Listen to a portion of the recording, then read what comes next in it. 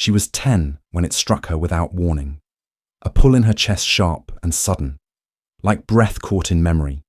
Something long buried, rising through the silence of years and far across the savannah, where the wind spoke only in whispers.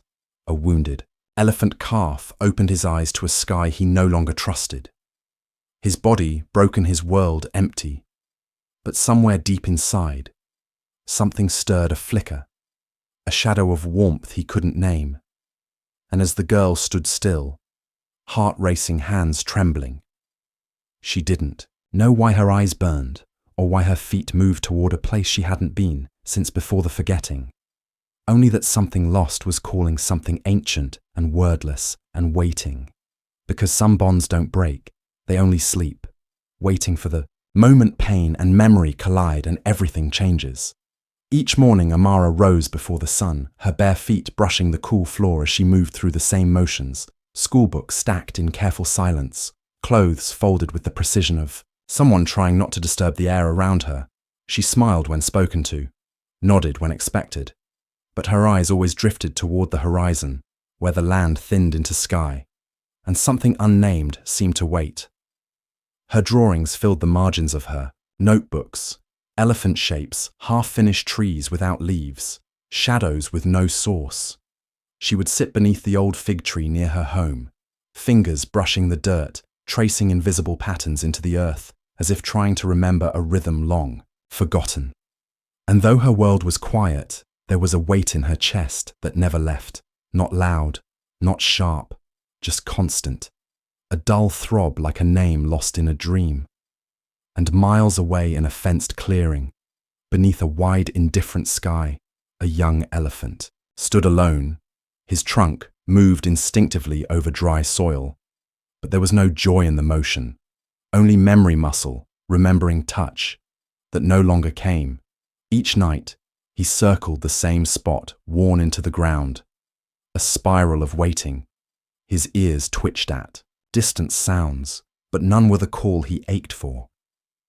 He did not know the word for grief, but he carried it in the slump of his shoulders, in the way he flinched at sudden movement, in the way he would sometimes lift his trunk to the wind and freeze, hoping, against hope, that the scent of something lost would return to him.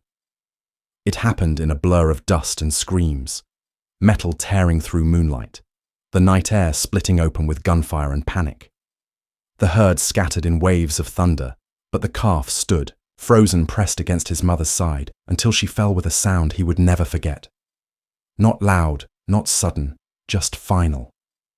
He nudged her unmoving body again and again until the ground around her grew still, and even the stars above seemed to dim. He waited there until morning, then wandered in widening circles, calling out to the empty wind. Every echo a little quieter, every step a little slower. When they found him, he was silent, not from peace, but from the exhaustion of screaming into nothing, his small frame, trembling, his eyes dry from crying too long. He let them take him, not because he trusted them, but because he no longer knew what to run toward at the sanctuary. They gave him food, they gave him water, but not what he needed. He stood in corners, faced away from the light, flinched at every hand. Not out of fear, but confusion, because nothing made sense without her, without the sound of her footsteps beside his, the rhythm of a world that had vanished. And Amara, who had once laughed loudest, now whispered when she spoke. If she spoke at all, her friends played in the fields, ran between trees, chased the sun. But she always lingered behind, not out of sadness she could name, but because something inside her had gone quiet a long time ago, silence that grew roots and stretched through the years. Each birthday passed like turning pages in a book. She didn't remember writing, and when she dreamed in greys of heavy skies and soft footprints beside hers that disappeared when she turned to look. No one around her noticed the pause in her gaze, the way her fingers traced the same shape over and over, a curve, a line, a trunk raised to the sky, as if remembering something, not from this life, but from one she had left behind. She never said his name, but some nights when the village slept, she would step outside, stand barefoot on the earth, and close her eyes, listening for something she wasn't sure she would ever hear again. Let me pause for a moment.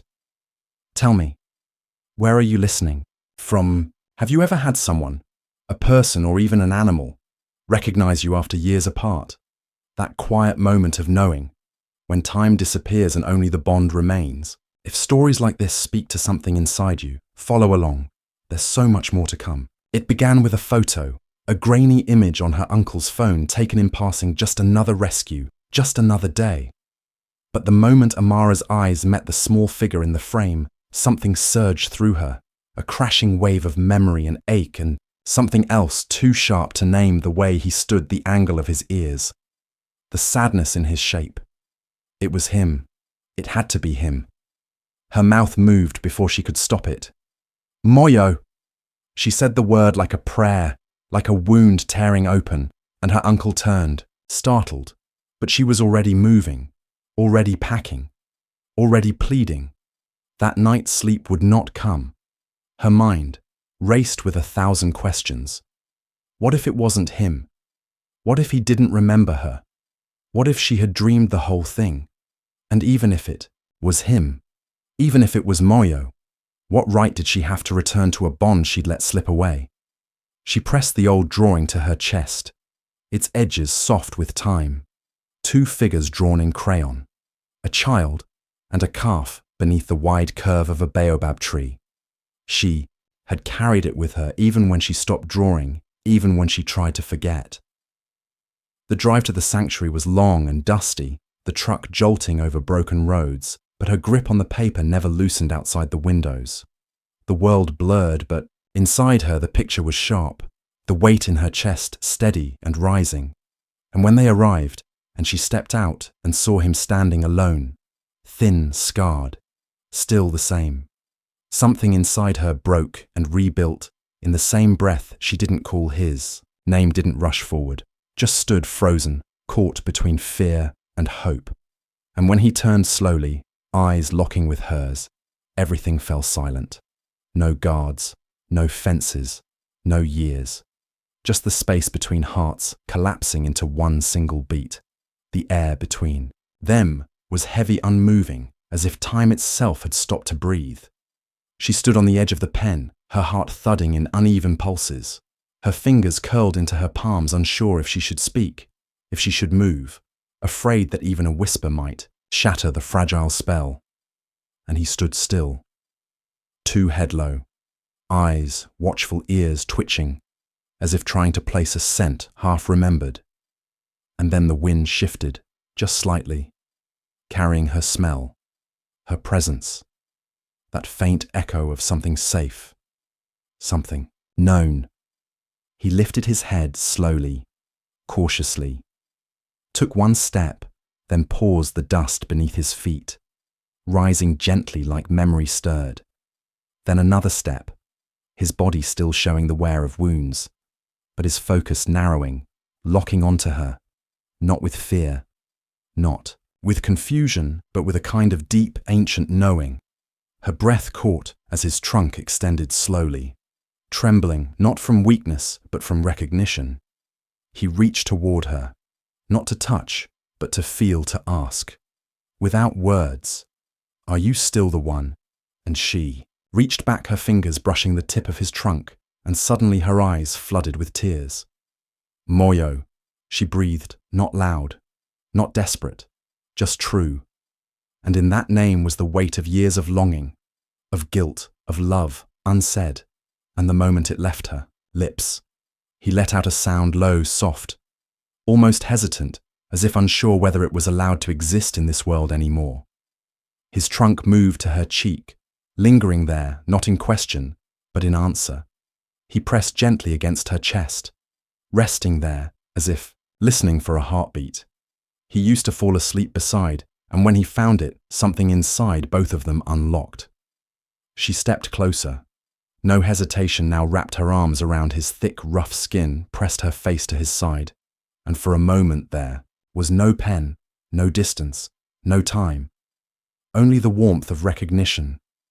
The silent cry of a bond, remembered, a promise, kept in silence across the years, and though the world moved on around them, the wind shifting the people, murmuring the gates, creaking neither of them heard it, because in that one fragile, unspoken second, they were whole again, and they knew it together. In the days that followed, something gentle began to bloom between them.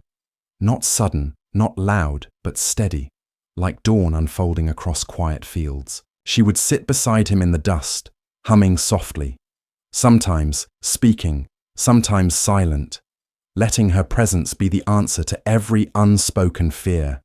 And slowly, he began to lean into her touch, not flinching, not questioning, just trusting.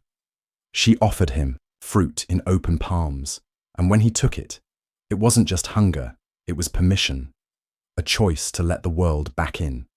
One afternoon, she laughed, not a polite laugh, not a careful one, but a burst of pure light when he playfully tugged the edge of her scarf. And the sound startled them both because it had been so long since it lived in her chest. But he paused and rumbled low in response, and for the first time in years, her smile didn't feel borrowed. She drew again, but now in colours, blues and golds wide, skies and warm earth. Her hands no longer trembling, each line guided by memory and peace. He followed her around the pen, his steps still slow but sure, his trunk brushing her back as if to say, "I'm still here." And at night she slept near the fence there, breathing sinking across the stillness like an old rhythm rediscovered.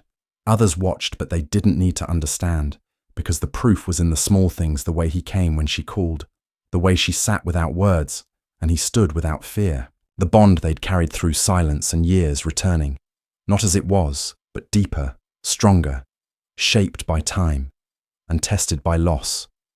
And when the wind rose through the trees and the sun cast long shadows across the ground, they stood together, not as a girl and an elephant, but as something whole and unbroken. Because the truth is, some things are never truly lost. They wait quietly, just beneath the surface. And when the heart is ready, they return, not like echoes, but like home. Some bonds do not speak yet. They say everything. They are not loud, yet they echo for a lifetime. They survive absence, survive silence, survive even forgetting. Because real connection does not fade. It folds itself quietly into the corners of the soul, waiting for the moment the world grows still enough to feel it again. And when it returns, it does not ask questions. It simply begins to heal what time tried to take.